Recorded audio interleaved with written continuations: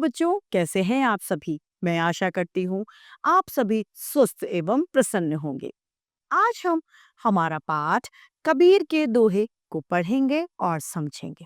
तो आइए इस पाठ को हम प्रारंभ करते हैं। यह है हमारा पाठ आज कबीर के दोहे, जिसमें पहला दोहा बता रहा है, साच बराबर तप नहीं, झूठ बराबर पाप, जाके हृदय साच है, ताके हृदय आप। कबीरदास जी कहते हैं, सच के बराबर कोई तपस्या यानी तप नहीं है। सच बोलना एक तपस्या के भांति है और झूठ एक पाप है। झूठ से बड़ा कोई पाप नहीं है। झूठ एक पाप के बराबर है।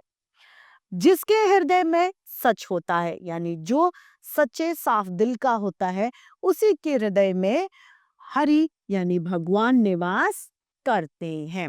इसीलिए कबीरदास जी ने कहा है, साच बराबर तप नहीं, झूठ बराबर पाप, जाके हृदय साच है, ताके हृदय आप। यानी हमें सदैव सच बोलना चाहिए। दूसरा कबीरदास जी कह रहे हैं, ऐसी बानी बोलिए मन का आपा खोए, औरन को शीतल करे आपहु शीतल होए।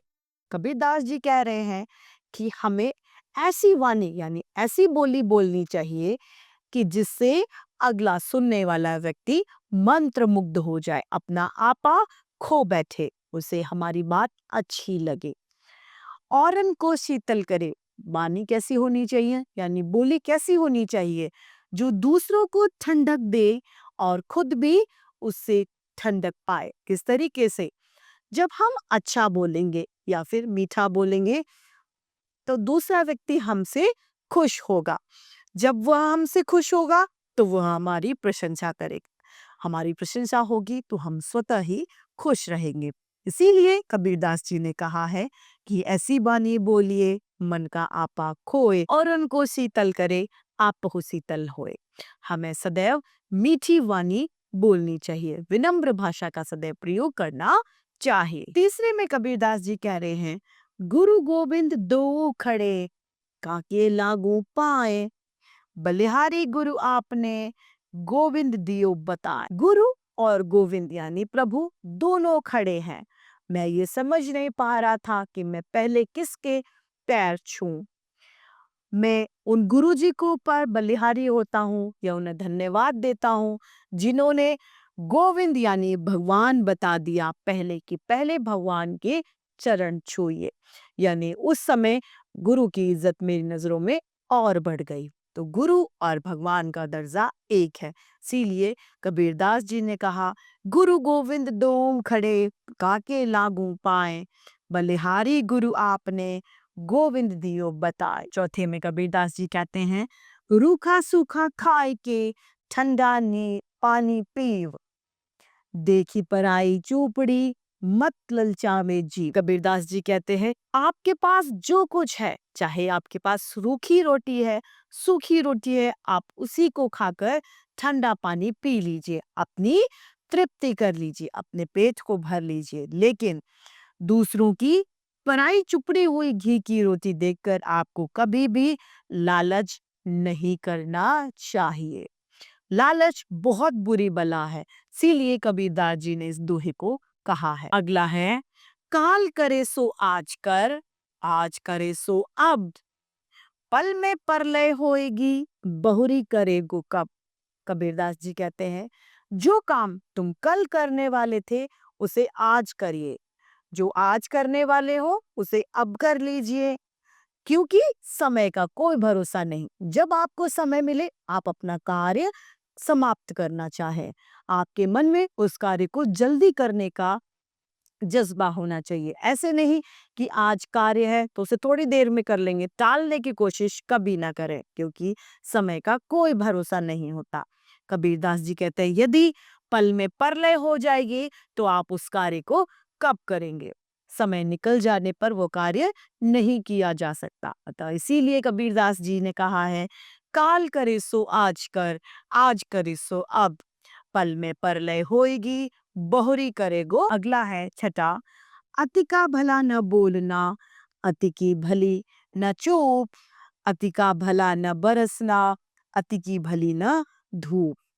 कबीरदास जी कहते हैं, कि ज्यादा बोलना अच्छा नहीं होता, ज्यादा चुप रहना भी अच्छा नहीं है, ज्यादा बरसना यानी ज्यादा वर्षा हो जाए तो भी अच्छा नहीं, और ज्यादा धूप यानी गर्मी हो जाए तब भी अच्छा नहीं। संक्षेप में कबीरदास जी कहना चाह रहे हैं कि अति यानी ज्यादा हर एक चीज में खराबी हो जाती है, चाहे वह ज्यादा बोलना, कोई भी चीज अति हो जाती है तो वह खराब हो जाती है। अगला है, कबीरदास जी कहते हैं, माटी कहे कुमार से, तू क्या मुन तू क्या रोंदे मोहे, एक दिन ऐसा आएगा मैं रोंदूंगी तोए।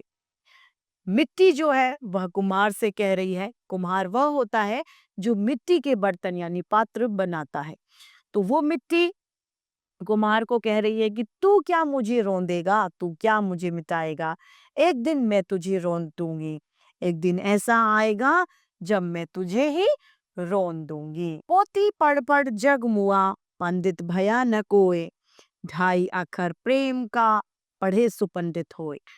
कबीरदास जी कह रहे हैं कि किताब कॉपी पढ़ पढ़ के जग, सारा जग पढ़ रहा है लेकिन कोई भी पंडित नहीं हो पाया। क्यों? और जो ढाई अक्षर प्रेम का पढ़ लेता है वही पंडित हो जाता है। यानी कबीरदास जी परस्पर प्रेम भाव, सद्भावना भाव को बढ़ावा दे रहे हैं। किसी भी प्रकार की किताबों से हमें यह प्रेम, आपसी भाईचारा सीखने को नहीं मिल सकता। इसीलिए कबीरदास जी ने कहा है, पोती पढ़ पढ़ जग मुआ, पंडित भया न कोय, ढाई आखर प्रेम का पढ़े सुपंडित होए। तो इस तरीके से यह पाठ हमारा समाप्त होता है। आइए आप इसके शब्द ज्ञान को देखते हैं। हृदय यानी दिल में या हृदय में, साच अर्थात सच, तप अर्थात तपस्या, बानी यानी वाणी या फिर बोली, प्रलय यानी प्रलय, आपा अर्थात अभिमान, बहुरी यानी फिर, खोए यानी खोकर, चुप यानी चुप, शीतल करे यानी शांति दे, रूंदे यानी रूंधना या मथना, आपहु यानी खुद को भी, मोहि यानी मुझे, जाके यानी जिसके, तोहि अर्थात तुझे, ताके अर्थात उसके, पीव अर्थात पीना चाहिए, खाई के अर्थात खाकर, काल अर्थात कल, और चुपड़ी यानी चुपड़ी हुई रोटी या फिर स्वादिष्ट व्यंजन। तो इस तरीके से हमारा ये पाठ कबीरदास जी के दोहे समाप्त होता है। मैं आशा करती हूँ आप सभी को यह पाठ भली भांति रूप से समझ में आया होगा। आज के लिए इतना ही, फिर मिलते हैं। धन्यवाद।